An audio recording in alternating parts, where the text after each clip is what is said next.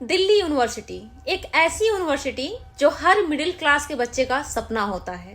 पूरे हिंदुस्तान के middle class लोग हैं, वो सोचते हैं कि मेरा बच्चा जाकर के दिल्ली यूनिवर्सिटी में पढ़े, क्योंकि दिल्ली यूनिवर्सिटी का नाम ही अपने आप में काफी है। किसी भी प्रोडक्ट का एक बड़ा ब्रांड होता है, उसी तरह से दिल्ली यूनिवर्सिटी भी एक ब्रांड है, जिसकी वजह से इंडिया के हर मिडिल क्लास का बच्चा सोचता है कि मैं डीयू का एग्जाम क्लियर करूं और डीयू में एडमिशन लूं। लेकिन दिल्ली यूनिवर्सिटी की रियलिटी क्या है, वो आप लोग एक बार सुनिए। ये है दिल्ली यूनिवर्सिटी के स्टूडेंट चित्रा राजपूत।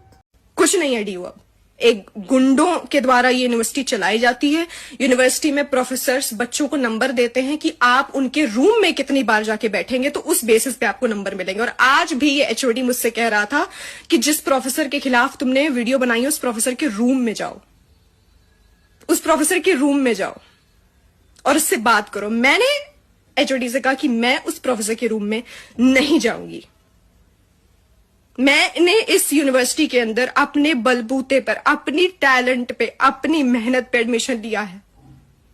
मैं किसी प्रोफेसर के रूम में नहीं जाऊंगी, मैं भीख नहीं मांगूंगी। और ये कोई सिर्फ दिल्ली यूनिवर्सिटी की कहानी नहीं है, बल्कि पूरे भारत में जितने भी बड़े बड़ी यूनिवर्सिटी हैं वो सारे के हालात ऐसे ही हैं। कुछ दिन पहले खबरें आई थी यूपी के एक यूनिवर्सिटी से, जिसमें प्रोफेसर कह रहा था छात्रा से कि तुम मुझे खुश कर दो, मैं तुझे टॉप करा दूंगा।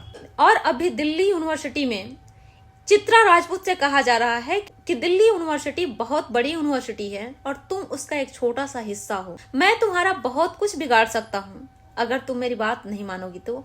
और ये बात प्रोफेसर कह रहा है। और जब लड़की ने उसके खिलाफ वीडियो बनाना शुरू कर, उसके बाद एचओडी के द्वारा लड़की को खबर भिजवा करके ये कहवाया गया कि तुम प्रोफेसर के रूम में जाकर के उससे बात करो, मे बी की प्रॉब्लम शॉर्ट आउट हो जाए। और हैरानी की बात यह है कि उसके साथ जितने भी पढ़ने वाले स्टूडेंट थे, सिर्फ 40 इंटरनल मार्क्स पाने के लिए उस लड़की के अगेंस्ट में ही जाकर के सारे लोगों ने गवाही दे दिया। और उस स्टूडेंट के लिस्ट में सिर्फ लड़का ही नहीं बल्कि लड़कियां भी शामिल है। हमारी इंडियन सोसाइटी मिसोजिनी तो है ही, लड़का लड़के के साइड में मैक्सिमम रहता है, लेकिन लड़कियां भी सिर्फ 40 नंबर के लिए जाकर के उस लड़की के अगेंस्ट में गवाही दे रही है। जब तक उसके साथ खुद गलत नहीं हो रहा होता है तब तक वो चीजें किसी को दिखाई नहीं देती है, उसे समझ में नहीं आती है। और ये सिर्फ कॉलेज और यूनिवर्सिटी के अंदर में नहीं है बल्कि पूरे जॉब के फील्ड में है, चाहे वो कॉर्पोरेट में चल जाओ चाहे गवर्नमेंट जॉब में। अभी कुछ दिन पहले खबरें आई थी यूपी से, जहां पे एक लड़की ने पुलिस का एग्जाम क्लियर कर लिया था और वो ट्रेनिंग में गई, ट्रेनिंग से जा करके वापस आ गई और वो आकर के मीडिया में अपना स्टेटमेंट दे रही है कि मैंने नौकरी इसलिए छोड़ दिया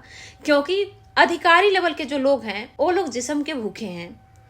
मतलब हर फील्ड में लड़कियां चाहे जितनी भी एजुकेटेड हैं, लेकिन एक आदमी के लिए साबित होता है कि लड़की एक ऑब्जेक्ट ही है। वो बेड से लेकर के मेड तक ही लिमिटेड रहे, इससे ज्यादा उसकी कोई वैल्यू नहीं है, चाहे तुम जितनी भी पढ़ी लिखी हो जाओ।